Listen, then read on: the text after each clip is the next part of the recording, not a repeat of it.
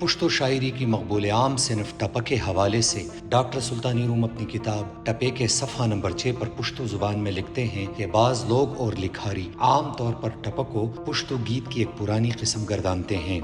اس لیے ٹپا کا ذکر مذکورہ حوالے سے کیا جاتا ہے اور کتابوں کے نام بھی اسی طریقے سے رکھے گئے ہیں۔ اس بات سے مکمل طور پر اتفاق نہیں کیا جا سکتا۔ ٹپا پشتو شاعری کی ایک پرانی قسم تو ہوگا، مگر اسے صرف گیت ماننا یا پشتو لوک گیت کہلوانا بالکل درست نہیں، کیونکہ گیت شاعری کی ایک خاص صنف یا قسم ہے، لیکن ٹپا کا دامن بہت وسیع ہے۔ المختصر، اس میں زندگی کے ہر رخ کا احاطہ کیا گیا ہے اور اب بھی کیا جا رہا ہے۔ شاید اس لیے ٹپا کو پشتو کا انسائکلوپیڈیا کہنا بے جا نہ ہوگا۔ ٹپا کے حوالے سے شاہ وزیر خان خاکی اپنی تحقیقی کتاب پر ٹپا کی دسترگو ہر اڑخیز جاج کے صفحہ نمبر 15 پر پشتو میں کچھ یوں لکھتے ہیں: ٹپا کو 4 مختلف ناموں ٹپا، مصرا، لنڈئی اور ٹکئی یا ٹیکئی سے جانا جاتا ہے۔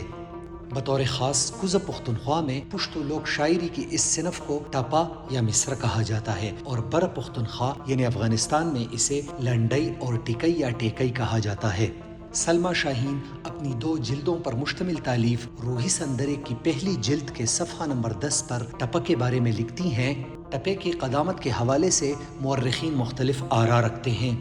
بعض اسے 16ویں صدی عیسوی کی صنف گردانتے ہیں اور بعض اس حوالے سے پہلی صدی ہجری کا ذکر کرتے ہیں۔ میرا ذاتی خیال اس بارے میں کچھ یوں ہے کہ جس طرح ٹپا کے شاعر یا شاعرہ کے حوالے سے کوئی دعوے کے ساتھ کچھ نہیں کہہ سکتا، ٹھیک اسی طرح اس کے زمانے اور دور کا تعین بھی نہیں کیا جا سکتا۔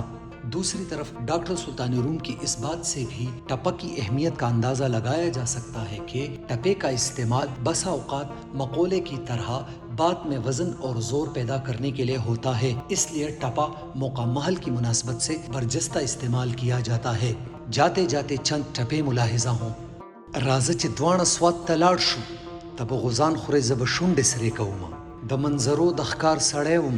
پتا مین شم ګیدړان مې ځغلوینه بیا د سحر بانګونه وشو ژوند د اوږو ته مې راخیژه چې دې وړمه ما د بازونو یاري کړي نو ټپسان دې راته نه وهي سانګونه